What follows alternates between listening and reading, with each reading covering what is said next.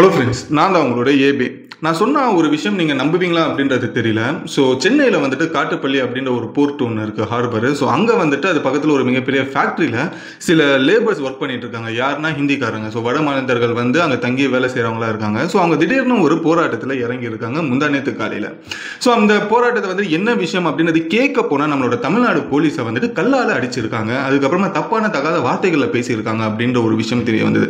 So அதுக்கப்புறமா இந்த ஒரு கல்லால் அடிக்கும்போது என்ன ஆகுதுன்னா, அது ஒரு கட்டத்துக்கு மேலே போலீஸுக்கும் அந்த ஹிந்திக்காரங்க அந்த வட மாநிலத்தர்களுக்கும் வந்துட்டு ரெண்டு பேருக்கும் ஒரு மிகப்பெரிய ஒரு சண்டே நடந்த அந்த ஒரு போர்க்களமா மாற ஆரம்பிச்சிருக்கு. அப்புறமா போலீஸ் வந்துட்டு லட்டி சார்ஜ் பண்ணியிருக்காங்க ஹிந்திக்காரங்களை. அதுக்கப்புறமா வந்துட்டு அவங்க கல்லை அடிக்கும் போது அந்த ஷீல்டெல்லாம் வச்சிருப்பாங்க இல்லையா போலீஸ், அந்த ஷீல்டை வச்சு தடுக்கிறதா இருக்கட்டும், அவங்க ஒரு கட்டத்துக்கு மேலே கண்ட்ரோல் பண்ணி இப்போதைக்கு ஏகப்பட்ட பேரை அரெஸ்ட் பண்ணியிருக்காங்க. ஸோ இந்த ஒரு விஷயம் திடீர்னு நடந்த ஒரு விஷயம். போலீஸ் வந்துட்டு இத்தனைக்கும் எதுக்காக நீங்க போராட்டம் பண்ணீங்கன்னு கேட்க போனதுக்கு ஹிந்திக்காரங்க என்ன நினைச்சாங்கன்னு தெரியல, திடீர்னு வயலண்ட் ஆகி ஒரு கிட்டத்தட்ட ஒரு பேய் பிடிச்ச மாதிரி எல்லாருமே கல் எடுத்து அடிக்க ஆரம்பிச்சிட்டாங்க நம்ம நாட்டு போலீஸை.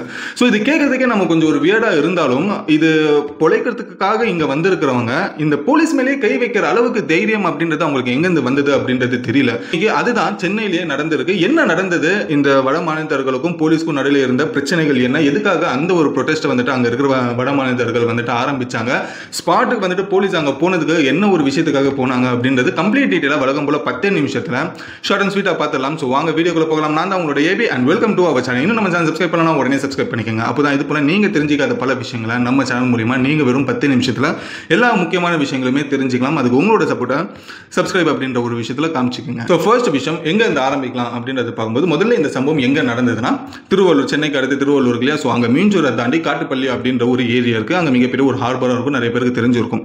ஸோ இந்த காட்டுப்பள்ளியில் வந்துட்டு ஏகப்பட்ட ஃபேக்டரிஸ் அப்படின்றது இருக்கு. அந்த ஃபேக்டரிஸ்ல பெரும்பாலும் வந்துட்டு வட மாநிலத்தர்கள் வந்து தங்கி வேலை செய்யற ஒரு சூழ்நிலை தான் அந்த காட்டுப்பள்ளியில் எப்பயுமே இருக்கும். ஸோ அதனால அங்க இருக்கிற ஃபேக்டரிஸ் எல்லாருமே வந்து என்ன பண்ணுவாங்க, மேனேஜ்மெண்ட் எல்லாரும் என்ன பண்ணுவாங்க, ஹிந்திக்காரங்க தங்கிறதுக்காகவே சின்ன சின்ன ரூம்ஸ் அரேஞ்ச் பண்ணி அங்க கொடுப்பாங்க. ஸோ அதே போல ஒரு மிகப்பெரிய ஒரு பிரபலமான ஒரு பிரைவேட் செக்டார் கம்பெனி ஒன்று இருக்கு, ஃபேக்டரி ஒன்று இருக்கு. அந்த ஃபேக்டரியில் ஆயிரக்கணக்கான ஹிந்திக்காரங்க வேலை செஞ்சுக்கிட்டு இருக்காங்க. ஸோ அவங்க தங்கறதுக்காக வந்துட்டு அந்த ஒரு ஃபேக்டரி ஒரு மிகப்பெரிய ஒரு இடம் காட்டுப்பள்ளியில் உருவாக்கி அவங்க தங்கறதுக்கும் தூங்குறதுக்கும் ஒரு மிகப்பெரிய ஒரு பில்டிங்ஸை உருவாக்கி கொடுத்துருக்காங்க, ரெண்டு.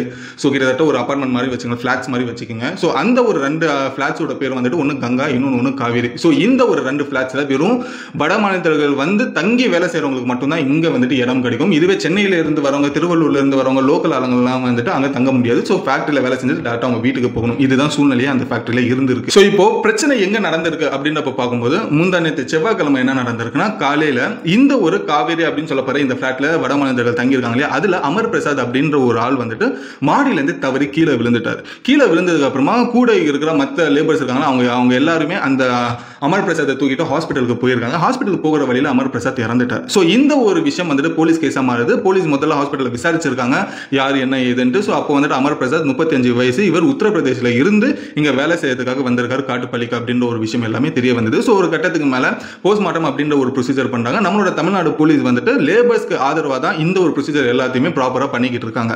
ஸோ ஒரு கட்டத்துக்கு அப்புறமா இந்த ப்ராசஸ் எல்லாமே நடந்துட்டு இருக்கும்போது இந்த ஒரு லேபர்ஸ் அங்கே இருக்கிற கம்பெனியோட மேனேஜ்மெண்ட்டுக்கு இந்த மாதிரி ஒரு விஷயத்தை தெரிவிக்கிறாங்க. இந்த மாதிரி அமர் பிரசாத் அப்படின்றவர் மேலே இருந்து கீழே வந்து இறந்துட்டார் அப்படின்னு சொல்லி. உடனே இதை தெரிஞ்சுக்கிட்ட மேனேஜ்மெண்ட் வந்துட்டு வருத்தப்பட்டு அந்த அமர் பிரசாத் குடும்பத்துக்கு தேவைப்படுற காம்பன்சேஷனை தரும் அப்படின்றது சொல்லியிருந்தாங்க. என்ன காம்பன்சேஷன் அப்படின்றது பார்க்கும்போது, அமர் பிரசாத் இறந்த குடும்பத்துக்கு 5 லட்சம் ரூபாய் பணமும், அதே போல அமர் பிரசாத்தோட பாடியை வந்துட்டு அவங்க வீட்டுக்கு கொண்டு போய் அவங்க சொந்தக்காரங்க கிட்ட ஒப்படைக்கிற எல்லா செலவுமே இந்த கம்பெனியை ஏற்றுக்கும்பா அப்படின்னு சொல்லி இந்த ஒரு காம்பன்சேஷன் அங்கே இருக்கிற லேபர்ஸ்க்கு சொன்னாங்க. அந்த லேபர்ஸ் இது எல்லாமே கேட்டுட்டு ஒரு கட்டத்துக்கு மேலே அவங்க ஒரு டிமாண்ட் பண்ண ஆரம்பிச்சாங்க. நீங்க கொடுக்குற 5 லட்சம் எங்களுக்கு பத்தாது, அவங்களுக்கு இன்னும் அதிகமான பணம் தேவைப்படுது அப்படின்ற ஒரு விஷயம் சொன்னாங்க. ஸோ இதுவுமே மேனேஜ்மெண்ட் ஏற்றுக்கிட்டாங்க. சரி, ஓகே, கூட இருக்கிறவங்க நீங்க, உங்களுக்கு தான் அந்த சிச்சுவேஷன், அமர் பிரசாதோட ஃபேமிலி பேக்ரவுண்ட் தெரியும். ஸோ இதனால நீங்க இன்னும் அதிகமான ஒரு டிமாண்டை கேட்குறீங்கிறது மேனேஜ்மெண்ட்டும் புரிஞ்சுக்கிட்டாங்க. அதுக்கப்புறமா நெகோசியேட்டுக்குள்ள லேபர்ஸ்க்கும் அந்த கம்பெனியோட மேனேஜ்மெண்ட்டுக்குமே நடுவில் ஒரு நெகோசியேஷன் அப்படின்றது போகுது. அதுக்கப்புறம் லேபர்ஸ் இன்னொன்று ஒரு டிமாண்டுமே வைக்கிறாங்க. இன்னைக்கு அமர் பிரசாத் இறந்த மாதிரி நாங்களுக்கு எங்களுக்கும் எங்களோட உயிருக்கும் என்ன உத்தரவாதம், இங்கே பெருசாக எந்த ஒரு சேஃப்டி ப்ரோட்டோகால்ஸ் எங்களுக்குன்னு எதுவுமே இல்லையே அப்படின்னு சொல்லி இந்த ஒரு கேள்வியுமே எழுப்ப ஆரம்பிக்கிறாங்க.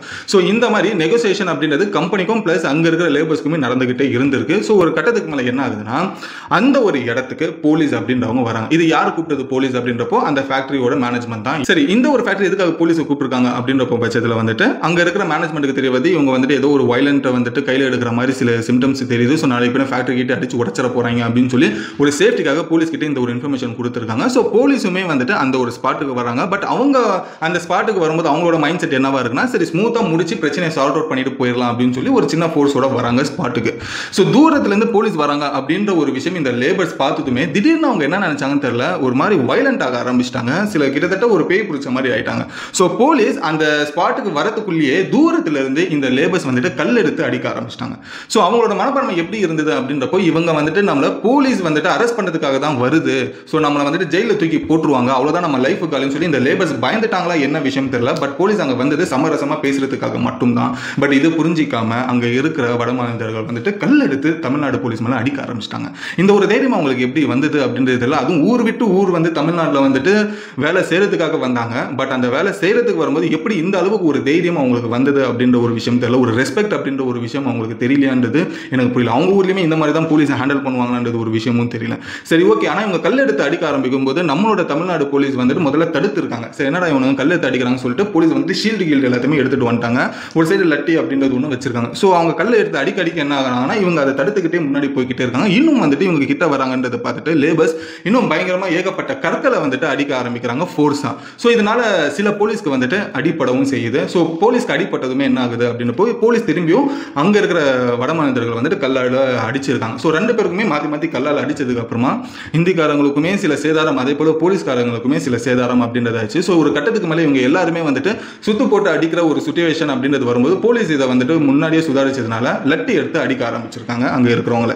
ஸோ இதனால அங்கே இருக்கிறவங்க எல்லாருமே வந்துட்டு ஓடி போயிருக்காங்க. அவங்க அந்த கங்கா காவேரி அப்படின்னு சொல்லப்படுற அந்த ஒரு ஃபிளாட்டுக்குள்ள நுழைய ஆரம்பிச்சிருக்காங்க. நுழைஞ்சதுக்கு அப்புறமா அந்த ஃபிளாட்ல இருக்கிற எல்லா பொருட்களுமே உடைஞ்சிருக்கு, சேதம் அடைஞ்சிருக்கு. ஸோ கிட்டத்தட்ட பார்த்தீங்கன்னா ஒரு போர் களம் மாதிரி அந்த ஒரு அவங்க தங்கி இருக்கிற இடத்துல இந்த போலீஸும் அங்கே இருக்கிற வடமாநிலங்களும் ரொம்ப வயலண்டாக நடந்திருக்காங்க. ஸோ ஒரு கட்டத்துக்கு மேலே வந்துட்டு இவங்களை எல்லாருமே ஒரு கண்ட்ரோலுக்கு கொண்டு வந்ததுக்கு அப்புறமா யாரெல்லாம் இதில் வந்துட்டு அதிகமாக இன்ஜூர்ட் ஆகியிருக்காங்களோ அவங்கள உடனே வந்துட்டு ஹாஸ்பிட்டலில் சேர்க்கணும்னு சொல்லி நம்மளோட தமிழ்நாடு போலீஸ் உடனே ஆம்புலன்ஸ் ரெடி பண்ணியிருக்காங்க.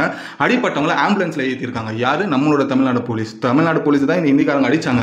ஆனால் இதெல்லாம் மனசில் வச்சுக்காம நம்ம தமிழ்நாடு போலீஸ் ஆம்புலன்ஸ் அரேஞ்ச் பண்ணி இந்த இந்திக்காரங்க எல்லாம் ஆம்புலன்ஸில் அனுப்பி ஹாஸ்பிட்டலில் வந்துட்டு ட்ரீட்மெண்ட் எடுத்திருக்காங்க. ஸோ இதுக்கப்புறமா என்ன நடக்குதுன்னா, சில யார் ரொம்ப வயலண்டாக வந்துட்டு பிஹேவ் பண்ணுறாங்களோ அவங்கள கிட்டத்தட்ட ஒரு 30 பேரை அரெஸ்ட் செய்யப்பட்டிருக்காங்க. ஸோ 20க்கும் மேலான பேர் வந்துட்டு இன்ஜூரியாக ஹாஸ்பிட்டலில் சேர்க்கப்பட்டிருக்காங்க. ஸோ இந்த 30 பேரையுமே இவங்களோட கிரிமினல் பேக்ரவுண்டை செக் பண்ணிட்டு இருக்காங்க, இன்வெஸ்டிகேஷன்ஸ் எல்லாத்தையுமே பண்ணிக்கிட்டு இருக்காங்க. ஸோ இதுக்கப்புறமா போலீஸ் வந்துட்டு இந்த 30 பேரை என்ன பண்ணுவாங்க அப்படின்றது ஒரு விஷயம் பார்க்குறது. மேபி வந்துட்டு அவங்க வேலை செய்யறதுக்காக பொழைக்கிறதுக்காக வந்தாங்க. பட் அந்த இடத்துல இந்த மாதிரி அவங்க நண்பன் இறந்துட்டான் அப்படின்ற ஒரு கோபத்தில் மேபி அவங்க தெரியாமல் கூட பண்ணியிருக்கலாம். ஸோ இதனால வந்துட்டு போலீஸ் அவங்கள விட்டுருக்கலாம், இல்லை அதுக்கு தக்க தண்டனை வாங்கி கொடுக்கறதுக்கான வாய்ப்புகள் அதிகமாக இருக்குது. பட் அது இதுக்கப்புறமா தான் ஃபர்தர் இன்வெஸ்டிகேஷன்ஸ் அப்படின்றது ஒரு விஷயம் தெரிய வரும். ஸோ இது முதல் விஷயம் கிடையாது. இதுக்கு முன்னாடியும் திருப்பூர்லையும் இதே போல் ஹிந்திக்காரங்க வந்துட்டு போலீஸ் கிட்ட சில விஷயங்கள் வந்துட்டு அகைன்ஸ்டாக நடந்து இருக்காங்க அப்படின்ற ஒரு விஷயம் தெரிய வந்தது. அதே போல் ஈரோடுலையுமே சில இன்ஃபர்மேஷன்ஸை வந்துட்டு என்னால் படிக்க முடிஞ்சது. ஸோ அப்போது சென்னையில் மட்டும் இல்லை, தமிழ்நாட்டிலையுமே அங்கங்கே இந்த வடமாநிலர்கள் வந்துட்டு போலீஸ்க்கு அகைன்ஸ்டாக நிறைய இடங்களில் சில பேர் வந்துட்டு நடந்துகிட்டு இருக்காங்க அப்படின்ற ஒரு விஷயம் இதிலே தெரிய வருது. இந்த வடமாநிலர்கள் வந்துட்டு தமிழ்நாட்டில் போலீஸ் மேலேயே இந்த அளவுக்கு வயலன்ஸ் காமிக்கிறாங்க அப்படின்ற ஒரு பட்சத்தில் நாளைக்கு பின்னா பொதுமக்கள் கிட்டையும் இவங்க வயலன்ஸ் காட்ட மாட்டாங்கன்றது என்ன நிச்சயம்? நம்ம போலீஸே வந்துட்டு இது பண்ணிட்டோம், தமிழ்நாடு இருக்க போலீஸே வந்துட்டு நாங்கள் வந்துட்டு எதிர்த்துட்டோம், இவங்க என்ன பொதுமக்கள் தானே, இவங்களையும் நம்ம மிரட்டலாம்னு சொல்லி நாளைக்கு பின்ன இதுவே ஒரு கிரைம் சீனாக மாறிச்சுன்னா என்ன பண்ணுறது? ஸோ இது சின்னதுலேயே முடக்கணும் அப்படின்றது தான் என்னோட பாயிண்ட் ஆஃப் வியூமே. இது எப்படி நம்ம சார்ட் அவுட் பண்ணலாம், எப்படி என்னோட சொல்யூஷன் இருக்கும் அப்படின்றது என்னோட சைட்லேருந்து நான் சொல்லும்போது, ஒவ்வொரு வடமாநிலத்தர்கள் தமிழ்நாடுக்குள்ளே வரும்போதும் அதை ஏஜென்சி மூலியமாக தான் கொண்டு வரப்படுறாங்க.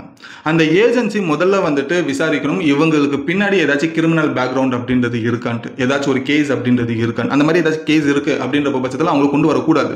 அப்படி இன்கேஸ் ஏஜென்சி கொண்டு வந்தாங்க அப்படின்றப்போ எந்த கம்பெனிக்கு அவங்க வேலைக்கு சேர போகிறாங்க, அந்த கம்பெனி கம்ப்ளீட்டாக வந்துட்டு இந்த ஒரு பேக்ரவுண்ட்ஸை செக் பண்ணணும். ஸோ மற்ற சென்னையில் இருக்கிறவங்க சென்னையில் இருக்கிற கம்பெனிக்கு வேலைக்கு போகும்போது பேக்ரவுண்ட் வெரிஃபிகேஷன் ஒன்று பண்ணுறீங்களா, ஸோ அதே போல் ஹிந்திக்காரங்களுக்கும் இந்த பேக்ரவுண்ட் வெரிஃபிகேஷன் இவங்களுக்கு பின்னாடி ஏதாச்சும் ஒரு கிரிமினல் கேஸ் இருக்கா அப்படின்றது, கிரிமினல் பேக்ரவுண்ட் இருக்கான்றது அந்த கம்பெனியும் இது பண்ணணும். அதுக்கப்புறமா கவர்மெண்ட், தமிழ்நாடு கவர்மெண்ட்டும் இதை டபுள் வெரிஃபிகேஷன் பண்ணி நம்மளோட தமிழ்நாட்டுக்குள்ள இவங்க வேலை செய்யணும், இவங்க வேலை செய்யக்கூடாது அப்படின்ற ஒரு விஷயத்தை தனித்தனியாக பிரிக்கணும்.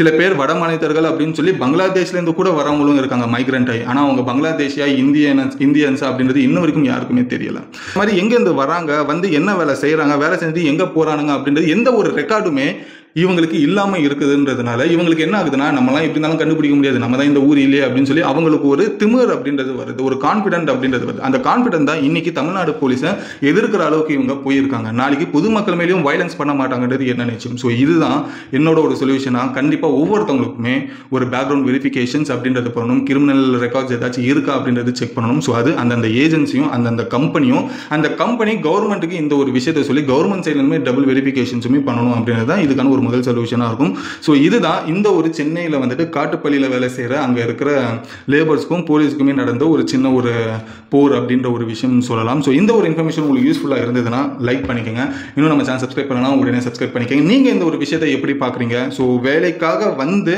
நம்ம ஊருக்குள்ளே வந்து நம்ம போலீஸை எதிர்க்கிற ஒரு விஷயம் உங்களோட தரப்புலேருந்து நீங்கள் எப்படி பார்க்குறீங்கன்றது உங்களோட கருத்தை கமெண்ட்டில் சொல்லுங்கள். ஸோ நானும் படித்து தெரிஞ்சுக்கிறேன். இதோட இந்த வீடியோ முடிச்சுட்டு நாளைக்கு ஒரு சூப்பரான வீடியோவில் உங்களை வந்து நான் பார்க்குறேன். And then bye bye AV.